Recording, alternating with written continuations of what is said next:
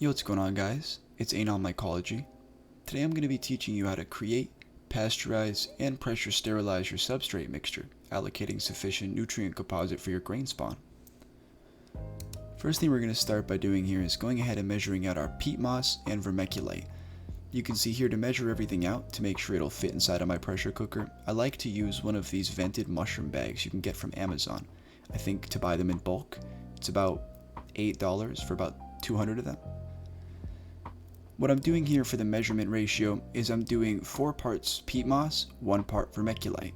This means that no matter what size container you use, it will always be 4 peat moss and 1 vermiculite. A lot of people like to use cocoa coir, but doing the peat moss and vermiculite, you do sacrifice your pH as it is more acidic, but it's already filled and jam-packed with nutrients. And because you're not growing it off of fertilizer directly, you're not going to have that nasty taste on your mushrooms. They're going to taste very delicious. After this is measured out, go ahead and mix it around a little bit. Next step here is going to be bringing our substrate to field capacity. Some people like to do this by boiling their substrate overnight and leaving it there to suck up the moisture. I personally am very impatient, and if you're anything like me, you want to see results quick. So I go ahead and just dump a bunch of tap water in there with it, and I'm going to go ahead and start the process. The reason we call it field capacity is because we want as much moisture to be jam-packed into this substrate as we possibly can without water pooling at the bottom of our bag and without it dripping everywhere. You see here I'm going to start by squeezing out a bunch of water, dropping a couple handfuls in here to get a good base at the bottom of the bag. Once you get the base, you can open it up and use both hands to squeeze out as much water as you can.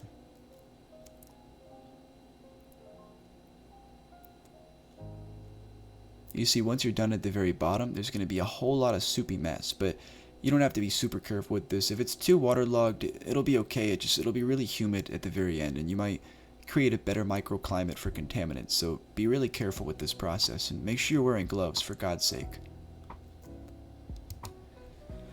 The next step is you're going to want to fold down your bag, or if you have a vacuum sealer like I do, because the bag is a vent, it's not going to properly vacuum seal, but it will seal the top of the bag. And I like to be bougie, so I bought a vacuum sealer. Next, we're going to go ahead and pressure sterilize our substrate. This is the reason why we needed the vented mushroom bags, because here we can put them in here and the mist is able to go through the substrate, and at the high temperatures, it's really easy for that to sterilize and kill any bacteria that may be lingering.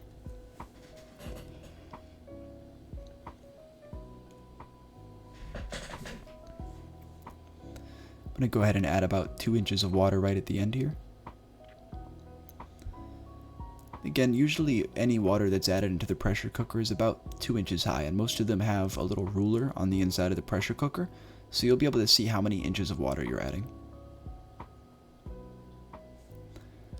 Once that's done, we're going to do the good old 90-minute pressure sterilize process. And now we're good to go. Once your substrate's been brought to room temperature, you're going to go ahead and grab your colonized grain jars. You're going to start here by grabbing your tub. You can see here in this example I'm using a small little shoebox. These are great in the beginning if you want to test conditions. I'm going ahead here and wiping this down with 91% isopropyl alcohol. You also want to go ahead and make sure you wipe the top of the cap as well. The top here in the container lid is going to be going on top, so you want to make sure it's very sterilized. Now that that's done, we're going to go ahead and break up our spawn jars here. You just shake the hell out of them. Healthy mycelium should always break apart very easily. I'm going to go ahead here and just open up my substrate bag.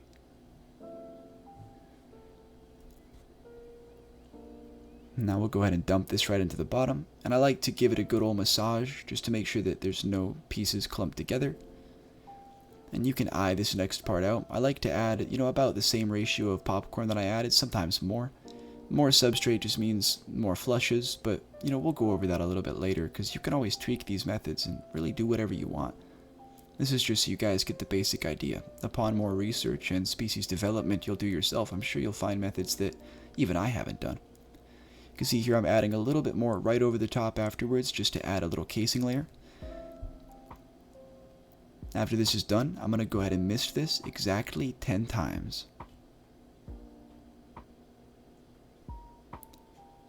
Go ahead and top it with the lid, and we're good to go. Once I'm done, I like to label everything for 10 days. After the 10 days, you can come back and we're going to introduce fruiting conditions. This will allow your mushrooms the proper conditions and fresh air exchange to go ahead and start fruiting. If you've gotten this far, I want to honestly say, like, good job. Like, this isn't an easy task, and if you're following along with me and doing well, then salute to you, man.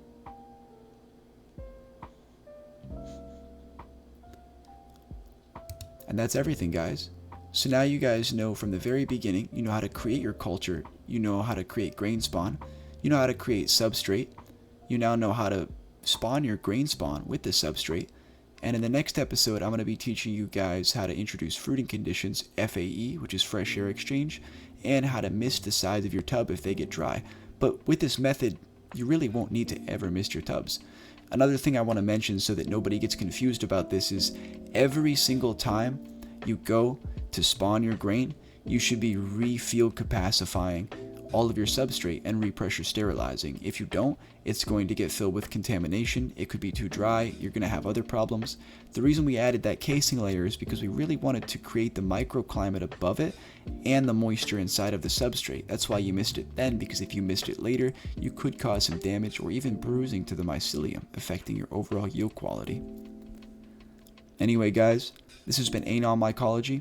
If you guys like these videos, go ahead and leave a like and subscribe. I would really fucking appreciate it because I work my ass off to make these videos. This video took me like, I think 9 hours to make in total with everything I needed. So I really appreciate you guys. And as always, much love.